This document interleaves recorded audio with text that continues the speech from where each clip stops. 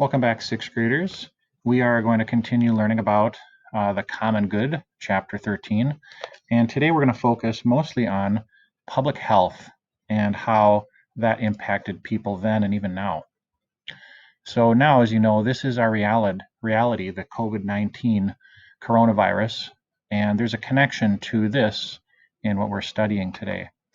Now, there was a lot of misunderstandings in the past about diseases, and that caused them to spread quite rapidly. However, there was some progress made at this time in preventing and treating them in the early 1800s or the late 1800s and early 1900s, and that took some time. It was gradual.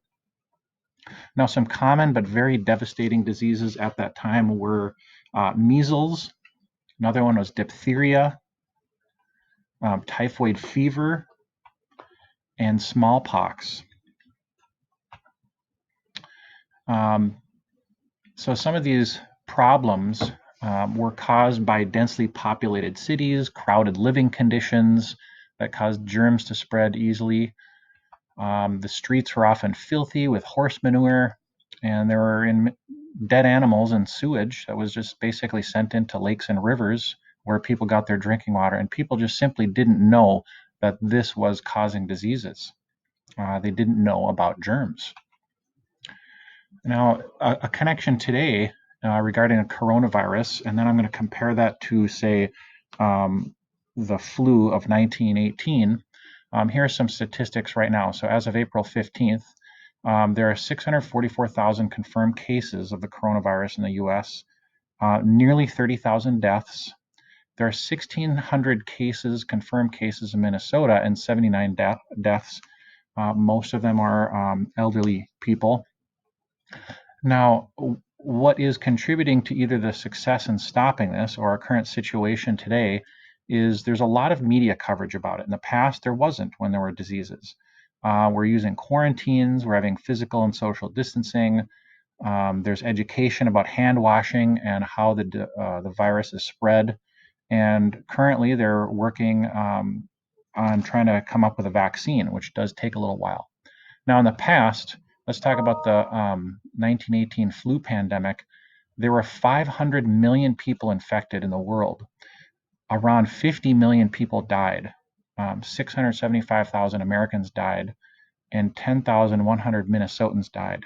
This is a little over 100 years ago. Now, one of the problems back then, there was no vaccine. World War I was happening, so there was very little media coverage. There was an interest in trying to gain support for supporting World War I and its efforts, so there really wasn't a lot of publication going on about this.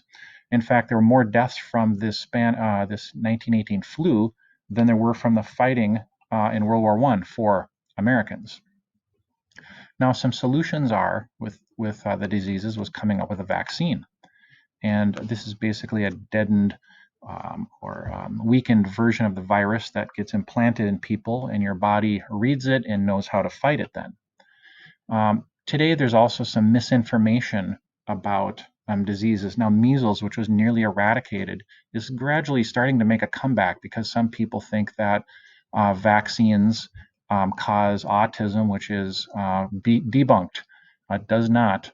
But some people do have legitimate health concerns when it comes to taking vaccines, so they are unable to. But the vaccines have basically helped wipe out diseases of the past. So in summary, some causes of diseases were unhealthy drinking water, people just didn't know about germs, there was poor sanitation, crowded living conditions.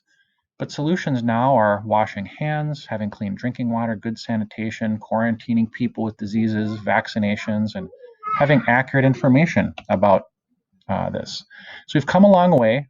So something that's helpful is to learn, to get accurate information. One place you can learn about it is the Center for Disease Control and Prevention. This is a government organization in the US that helps teach people about it, and of course, learn what your doctor has to say.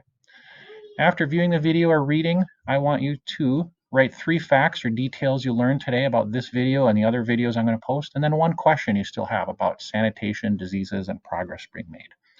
All right, everybody, have a great day.